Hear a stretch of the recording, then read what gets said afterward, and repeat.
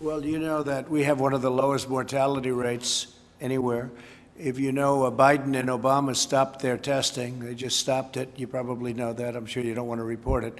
But they stopped testing. Right in the middle, they just went, no more testing. And on a much lesser problem than the problem that we have, obviously, with respect to this is the worst thing that's happened since probably 1917. This is a very bad thing. All over the world, it's 188 countries right now. But no, we test more than anybody by far. And when you test, you create cases. So we've created cases. I can tell you some countries, they test when somebody walks into a hospital sick or walks into maybe a doctor's office, but usually a hospital. That's the testing they do, so they don't have cases, whereas we do. We have all of these cases, so, you know, it's a double-edged sword. At the same time, we have the lowest mortality, or just about the lowest mortality in the world. We're doing a great job. We're doing very well with vaccines, and we're doing very, very well with therapeutics.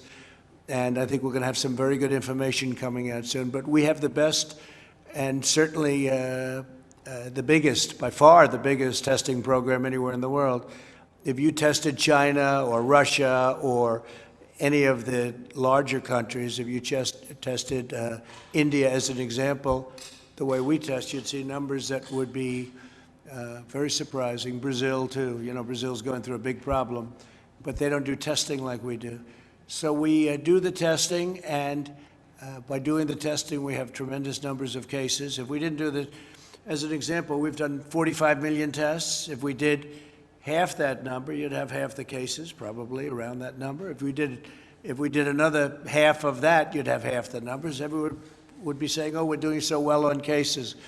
But when I see it reported in the night, you can check me out on this. I mean, they're always talking about cases, the number of cases. Well, it is a big factor that we do. We have a lot of cases because we have a lot of testing, far more than any other country in the world. And it's also the best testing.